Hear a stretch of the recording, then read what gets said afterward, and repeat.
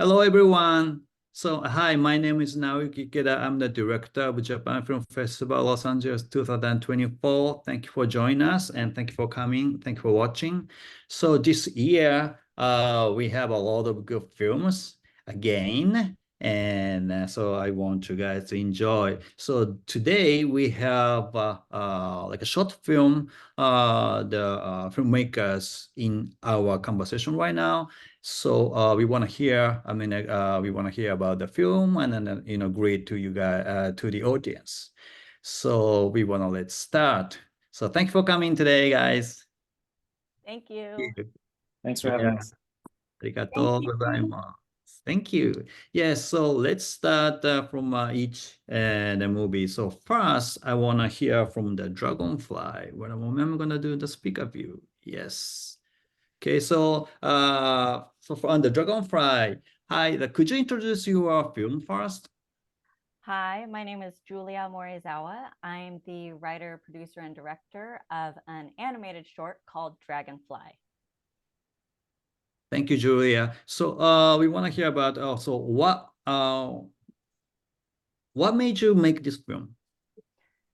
So, first, the film is it's about the Tokyo firebombing of March 9th through 10th, 1945. So backtrack to many years ago. I think I was in my early 20s, and I suddenly decided that I wanted to learn more about my family heritage.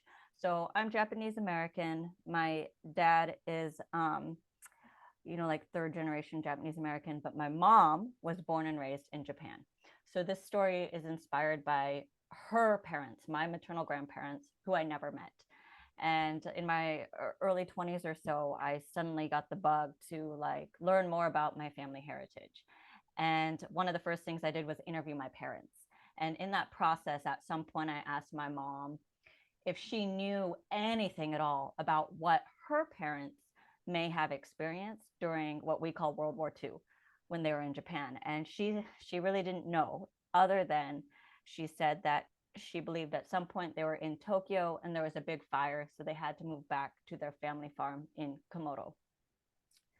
So flash forward to whenever I decided to continue my research consisted of me like getting on Google and typing in something like Tokyo big fire 1945. And me being very American and not learning about this in school, I was surprised. I was expecting something, like a building caught on fire, right? I was very surprised to learn about the Tokyo firebombing, which was extremely devastating. Over 100,000 people killed in one night. And that's when I sort of realized, oh, this is probably the big fire that my maternal grandparents, that may have forced them to move out of Tokyo and back home. And so I basically started writing, honestly, a much longer script, like to be a feature film, all inspired by my family history. Very long story, needs a lot of work. I haven't touched it in a while, but I was telling a friend of mine, Fern Lim, who's an associate producer on the film, about the firebombing, and she texted me one night and said, "Have you ever thought about turning that into an animated short?" And I said, "No, I've never thought of that." But she planted the seed. And I thought, well, if there is a way for me to feasibly tell the story and produce it myself, maybe animation is the way to go. And then so as they say, the rest is history. And that's kind of how it was born. Gotcha. Wow. So making this film, through the making this film, I think you're gonna start having your message. Why you want to deliver the message through your film? It's like there's a couple parts to it. One is sort of the basic educating people about a time in history that a lot of Americans don't know about. The importance of that in order to ensure that this time in history is not forgotten completely, right? Because they say that's I mean, we still see it every day, history repeating itself. But I think part of the importance of maintaining these stories in our education and knowledge is in the hopes that the same thing doesn't keep happening over and over again. And the other sort of more metaphorical message for me, the film is ultimately about rebirth, and sort of explores like generational trauma, but then how families can continue and pursue and be reborn and continue to transcend in life over generations despite the trauma. Gotcha. So I really want to hear the fun part during you making a film, because to studying those kind of history, and it's about the war, so it's very dark and heavy. But is there anything it's a fun through making this film? Is there anything? Yeah, I think one of the most exciting things, honestly, was the problem solving of this film, because there was always something mostly related to the restricted budget and the restricted time, and then just like the bandwidth of my creative team, who were amazing. But the animation was essentially done by our animation director, Maria Martilinero, and our lead animator, Ava Benitez. So two women, essentially, for the most part, doing the whole thing on their own around other jobs. But there was a lot of problem solving that ended up being really fun. Like there are scenes with the firebombing where there's like crowds of people, which is very time consuming to animate.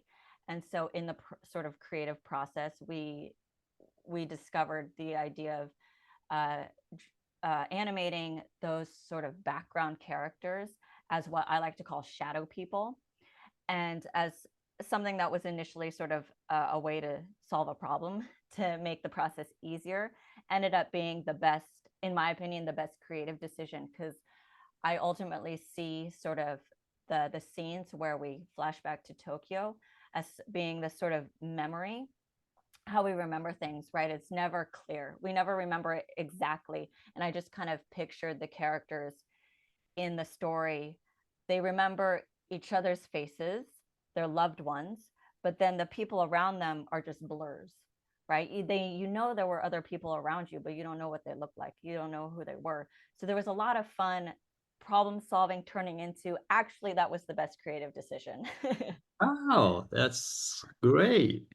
Yeah, so very at the end, I want to hear that the message to the audience who is going to watch your film.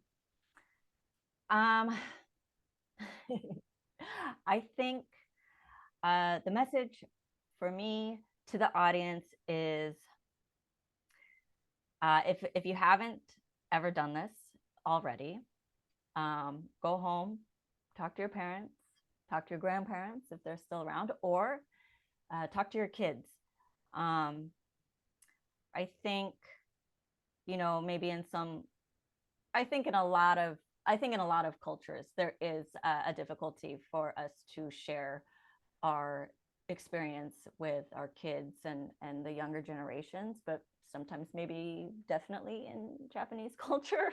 And I think it's important to learn where we came from, learn what your parents went through, what your grandparents went through, and then when you become a parent, if you become a parent, to share that stuff with your kids. I just feel like our shared stories, our family stories, are so important. And I do believe if I hadn't pursued like interviewing my parents, like I would never know this info.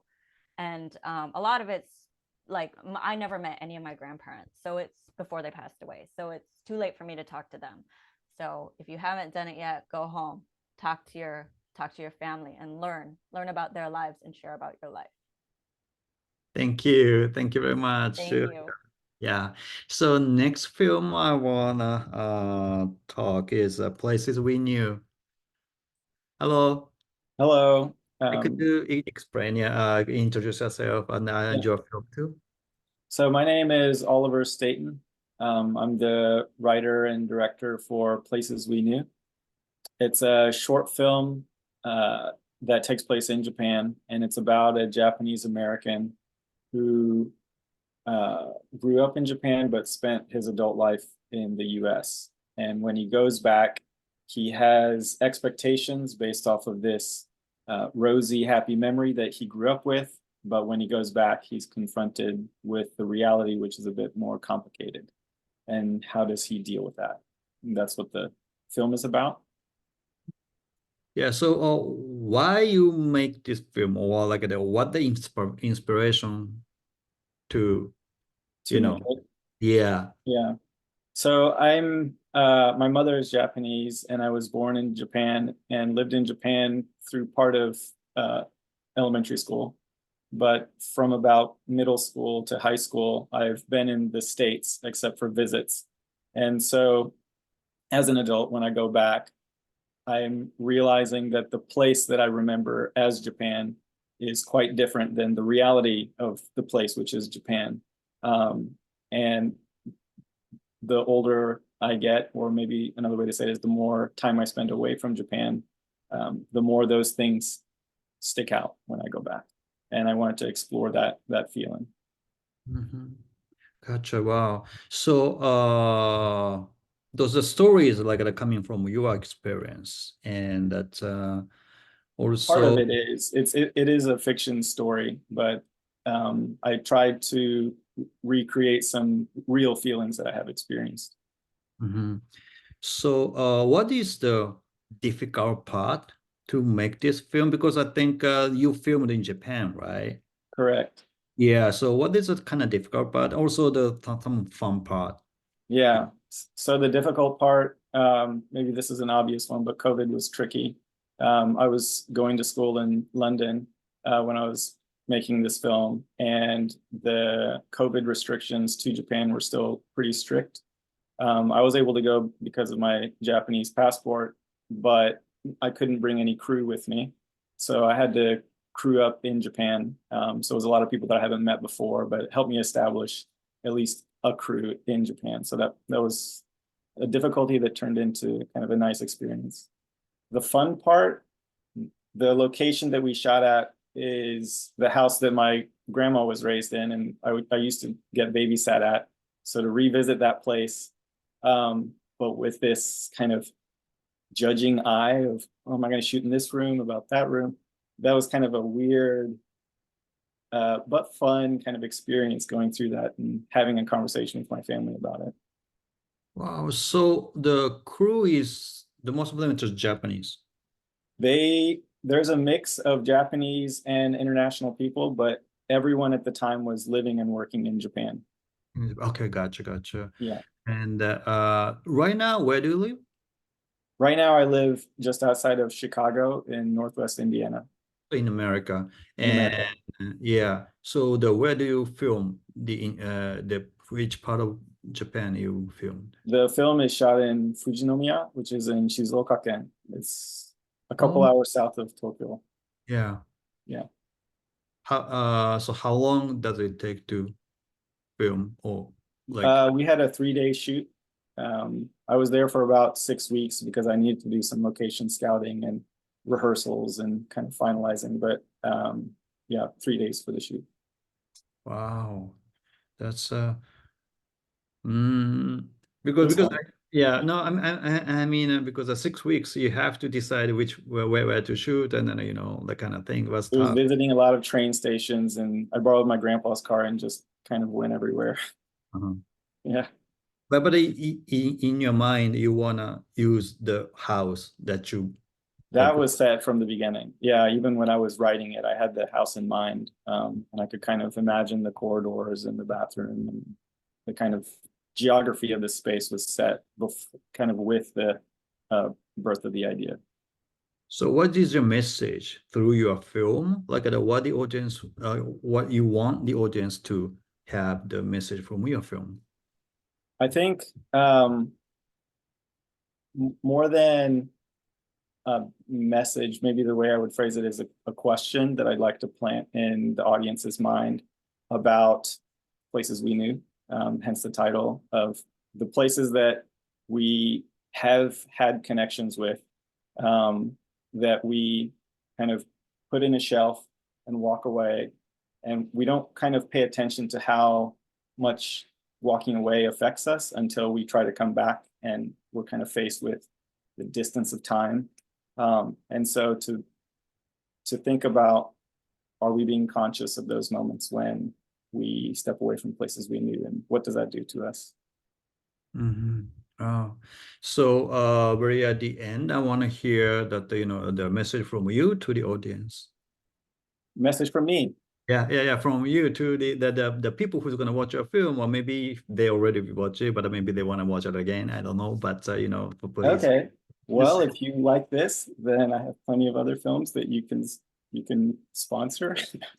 No, I think one message is that I intentionally made this film at kind of a slower pace because I think it's a bit of a reflective film.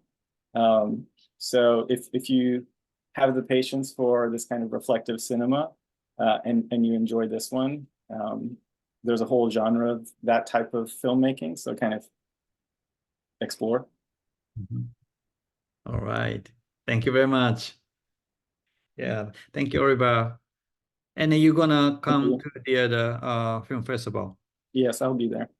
Okay, so other people can see you. Yes, Okay, gotcha. All right. Thank you very much. thank you. All right. So next and the last are gonna be the Wabi Sabi. Could you introduce yourself and talking about your film? Yeah, hi. I'm Josephine Green Jong. I am the writer director of Wabi Sabi.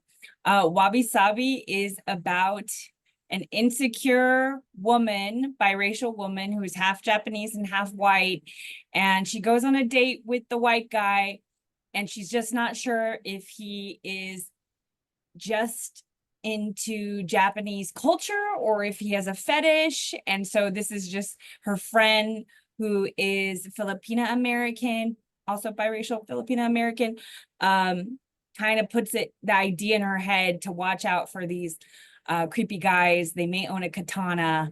And yeah, that kind of gets in her head. And so we see like the high stakes of a date in the modern world. Wow. So what makes you to make this film? Like what is the idea? Why you make this film? Okay, so I made this film. It's kind of a joint story. So I paired off with a also writer actress named Rachel Machiko Whitney. My background is that I'm a comedy writer, TV writer, and filmmaker, and I wrote on this show called Dollface, that had and I wrote this story with Poppy Lou in it and Brenda Song in it, and it was like a lot about the Asian American experience, and what it's like being an Asian American woman. And so Rachel liked that episode and DM'd me on Instagram, and then told me a story. Like, from her perspective, it was like so I'm biracial, I'm half white and half Taiwanese, and Rachel is half white and half Japanese. And Rachel was like just telling me like she had this idea for a story because all her white guy friends knew more about Japan than she did, and she'd never been to Japan. And she was just like, I like just want to explore some story, and I really like the tone of my episode of Dollface, that was also about different women's experiences being Asian and living and dating.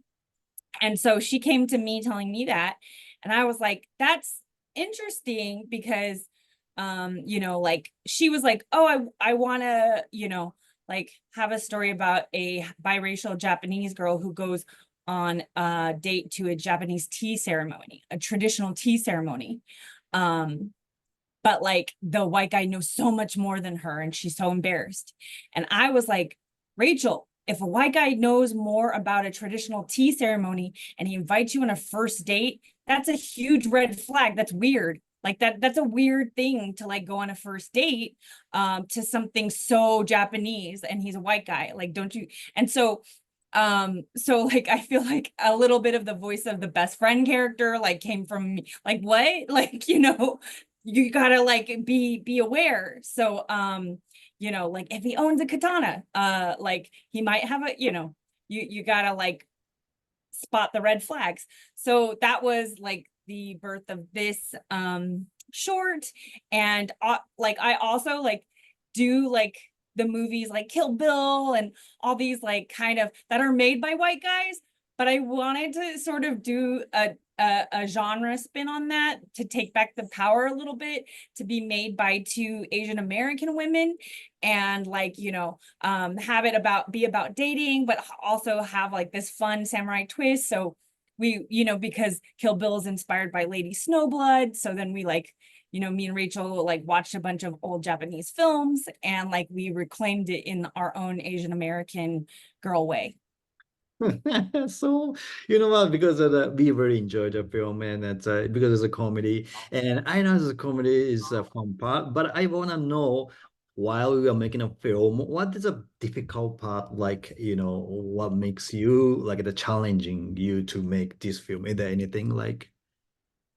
I mean, well, some of the biggest, I really love production design. I'm like a big, because my first job out of film school was as a art department. And I always feel like if you can make something so beautiful, like you can trip over the camera and you can make it look beautiful. Like you can be so bad that you just make, so I like, one of the biggest challenges was getting a tea house, was shooting in a tea house. And we could not get a traditional Japanese tea house like within our budget. So like, oh, so another huge monumental collaborator on this project was my like longtime friend Jeff Mizushima. And Jeff Mizushima is he is like Hawaiian Japanese from Torrance, like, and I grew up in Arcadia, and so we shot this in Torrance, and he lent us his house. Like the tea house is in his home. Like we built out the tea house. We found an amazing production designer named Wu Shen, who's also Taiwanese. And she just like killed it. And we built that straight out of Jeff's house. Thank you, Jeff. Jeff was like so generous, and we, you know, because we needed the space to like rehearse a little bit and like have the time to, so he was like, we hunted night and day for a tea house. We lost a tea house once. Like it's so hard to get a tea house. So that was one of the biggest challenges. Yes. Yeah, because we filmmakers, you know, always, you know, hard to find the place we're gonna shoot, you know. But you have a connection, and luckily, you know, it's like accidentally you have the connection. That's so fun to part. Yeah, and also the through your film, what is a message? What is the one you want to deliver to the audience? Well, I really, the message is about like, you know, learning wabi-sabi, like accepting where you are, like accepting where you're at, like everything is perfectly imperfect. And I feel like that's like where our main character, she is trying the dating app. She's feeling she's not worthy enough. She's like, am I Japanese enough? Am I white enough? Like, or I don't know if she says I'm white. Am I too white? Like she just feels she's not enough. And I feel the message is like, you are enough exactly where you are. And, you know, even like the main character's date, Peter, who plays the white guy, he was such like a generous like actor who really was like really fun about making fun of himself, you know, and like really had a good sense of humor. So like even like where he's coming from, you also have an understanding of like, why is he the way he is? And like, so it's really just about a story about empathy and having compassion for each other. And I think even behind the scenes, like me being Taiwanese American, my friend Jeff being Japanese American, you know, like all of these mix of different people, and Rachel and Teruko Nakajima plays the tea master, and she's like from Tokyo, and so it's just like she's first gen, and like just all these different generations, how we all communicate together, and like there's humor in it, and just like finding the humor in our differences and accepting them for where we are. So yeah. Great, thank you. So, Bri, at the end, could you tell the audience your message who's gonna watch your film, and please give them the message. Okay, wait, so how is this different from the last? Wait, so this is different because this is for the older generation, or is it? Sorry, because So it doesn't matter like because some of the maybe we are age range of the what the audience is like very young to the old, so it just but what you want to tell to the audience who's gonna watch our film? Oh, okay. So okay. So I guess my message and what we'd want to say to the older generation is just that, like, this really was a project about healing and about being friends across different generations and different places in life and different walks of lives, and how we can come together. And it's such a beautiful thing, like, that we, as time heals, like, can be from different parts of like the Asian diaspora and work together and be thankful for, the generation in before us, and like how we're healing and working together and having humor and finding it in the present. Right. Thank you very much. Thank you. Yeah. So those are the films we have in online, and also the in-person screening we have there. So the film festival online until 15th, but the in-person it's gonna be 14th Saturday and 15th Sunday at the Hang On to the Dream Theater located in Hollywood, right next to the Egyptian Theater, and also the Japan House. It's only 15th though. But please come to the film festival and watch it. And definitely people, I can tell it's fun to watch those films, and so please enjoy the film. And yeah, so thank you very much for be here for the greeting. And I think you guys gonna come to the film festival